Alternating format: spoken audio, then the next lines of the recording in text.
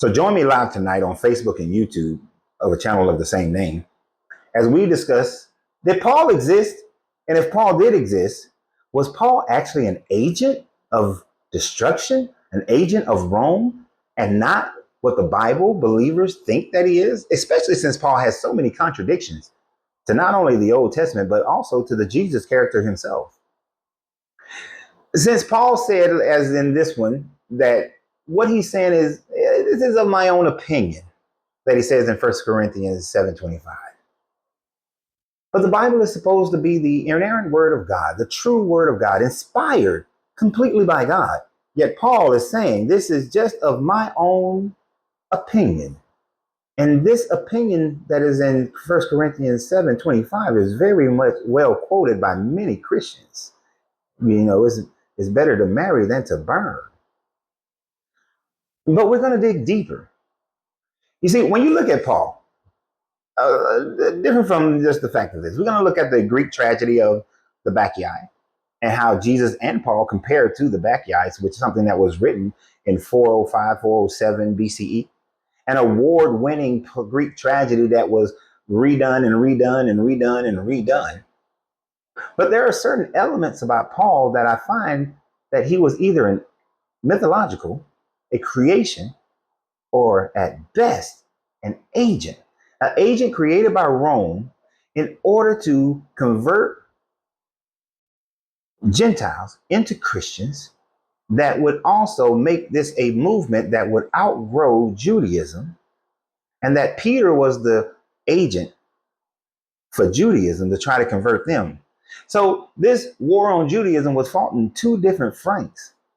The first by Peter in order to convert the Jews over into Christianity, which ultimately failed. To a certain degree, it failed. But then Paul was to convert those surrounding Judea into Christians and hope that the influence would then overtake and then become a larger organization that is pacifistic toward the Roman government. We're going to dig deeper into that. I don't want to give it all away here. But some of this was inspired by a dream that I had. I had a dream that two men were on a mountain. Well, one man was on a mountain. That man got split in half. One man became Peter. The other man became Paul. Peter climbed up on a tree and tried to tear down the mountain from the tree, but ultimately failed at tearing down the mountain and died. Paul, on the other hand, and I know this part sounds crazy, got on his motorcycle and rode the mountain road down to the bottom of the mountain, establishing a brand new land with brand new people. And that dream got me thinking about Peter and Paul. It is said that the book of Matthew and the book of Mark were written by those who were students of Peter. They were inspired by Peter.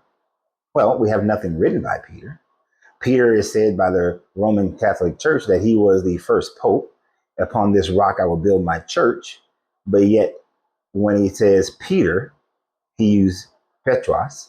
When he used rock, he said Petra, which means small pebbles, rocks, two separate things. One is a rock, one is a person's name, surname. The ideas of Peter talking and trying to convert the Jews didn't work. Some converted, true, but for the most part, it didn't work. Peter goes on into obscurity only to be named as the first pope. There are no books inspired by Peter. Peter doesn't loom large over Christianity, no way in the same way that Paul does. Paul, on the other hand, took a different route.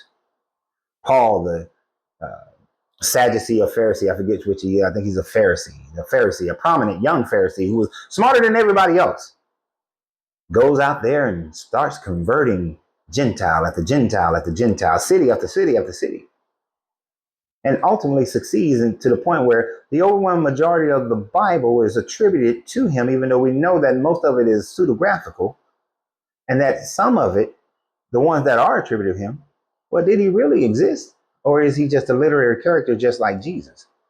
And when we take time to go through the Bacchae, we see many similarities between Pentheus and Paul.